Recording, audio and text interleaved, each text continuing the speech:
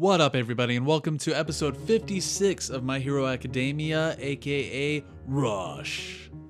In this episode, we follow Bakugo and Electro fighting Skin Guy, Midoriya's group and their plan, and Boost and Belly Beam.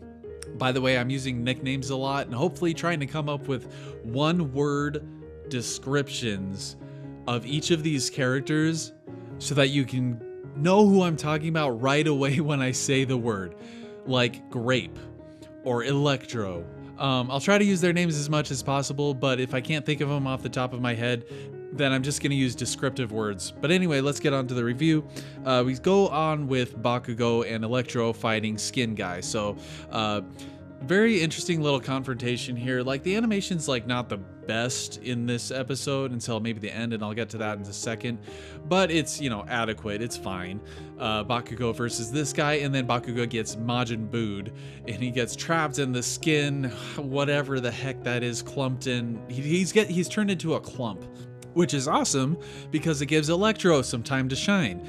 And his time to shine is awesome because he shoots off these discs into the wall, and you think he just missed, but he creates a strategy because it's just him versus Skin Guy, and he gets some cool development here. Just like the last episode, we got some of the side characters getting some good development. Now we're getting Electro having some development for him, so that's nice. And he has an awesome power. I always like characters with the electric ability. But he shocks the Skin Guy enough to where he's damaged because apparently he has like a low defense but high like attack stats or whatever. So Bakugo and Rock punch him real hard, and then they end up passing the exam. And we'll talk about the exam and this little mini arc in this season in a second. But first I want to move on to Midoriya's group. So I actually really appreciated this part too.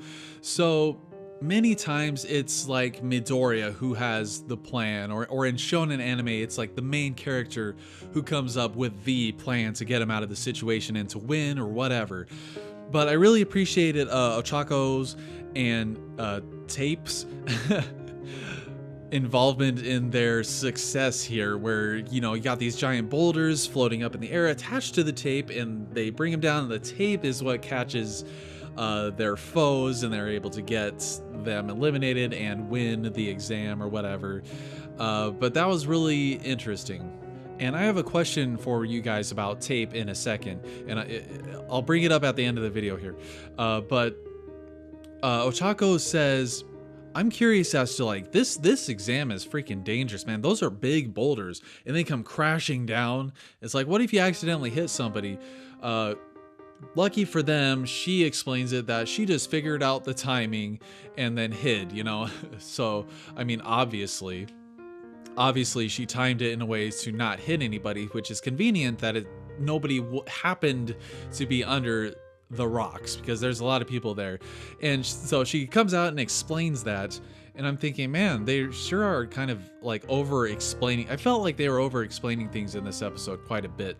Like earlier when Bakugo got Majin Boo'd by the Skin Guy, when he got attached by his skin and then started getting constricted into the clump, like the Skin Guy had to say, oh, I detached this piece and it went under the bridge or whatever, and behind you. No, duh. Like, why did you need to first explain it? That was pretty obvious that's what happened. And then B, you had to have like a graphic visualization of what was happening. It's like they're trying to kind of pad this out. And I guess I'm not 100% sure because I haven't read the manga yet, but I'm starting to.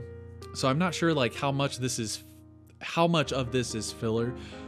But it feels like a lot of filler in this episode. The last one, not as much, but this one definitely. Again, not sure if it is or not, but it feels like it. And there's like definitely some over-explaining of things. Like, your audience isn't that dumb, guys.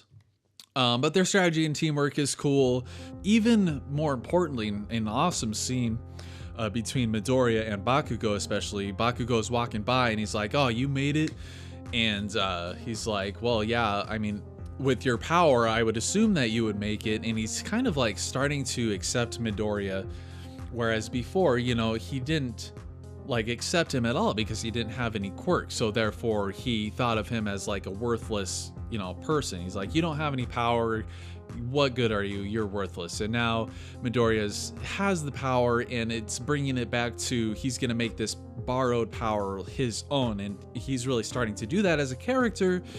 And with his development with his powers, and Bakugo is recognizing that, and he's starting to recognize him as a hero, and maybe even as like a rival or like equal, I guess you could say.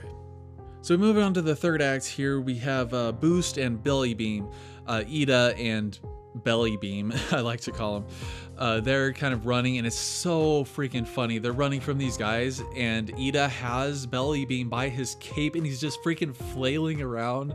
That was the funniest freaking shit I've ever seen. But of course, like I said in the last episode review, like we're getting some cool development for the side characters here. We had a little bit with Electro earlier. We had some from the other guys in the last episode, and now we're getting some for even Belly Beam.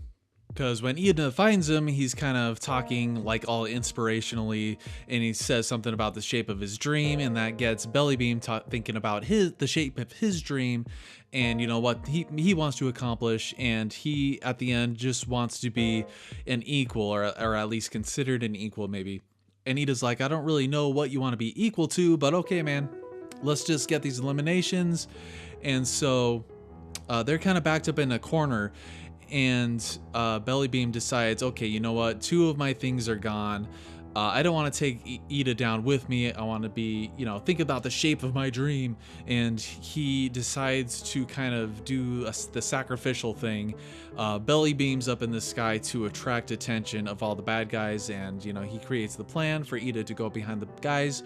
But the Belly Beam the Sky Beam had kind of like a double-edged sword, so it attracted his enemies, but it also attracted his allies too. So all the other like class A guys come in and swoop in, and at the last minute all of them succeed, and all is happy in the end. Which this final scene here was really kind of a step up in the animation and art departments. Most of the episode I thought was a little bit, it was fine. It looked fine. There's a lot of like moving stills and not great looking stuff. But I'm glad that they knew like where they should focus on the good stuff or the good looking stuff. And that's this end part here, which was really awesome because it showed, okay, our allies are here, and it kind of shows the difference between UA and this other school. Like UA is gonna like back each other up. The school is a team. Like at least this class is an entire team in and of itself. So this last scene was freaking awesome. I loved it. The episode as a whole, however, I thought it was fine.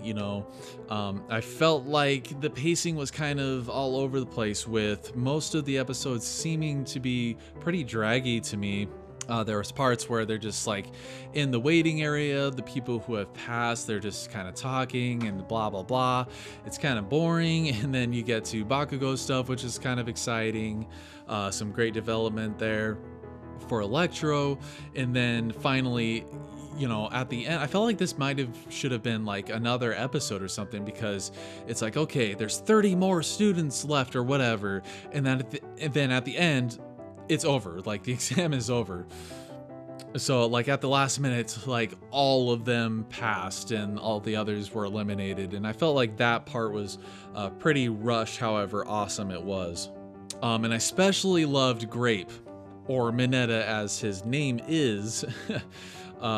He's always a crack up. Like every time he's on screen, I just crack the freak up. And he has the weirdest power, but it always seems to be such a useful ability, like the most useful like support ability, because all these guys were getting stuck on his freaking grapes, and like they were getting eliminated by his fellow teammates.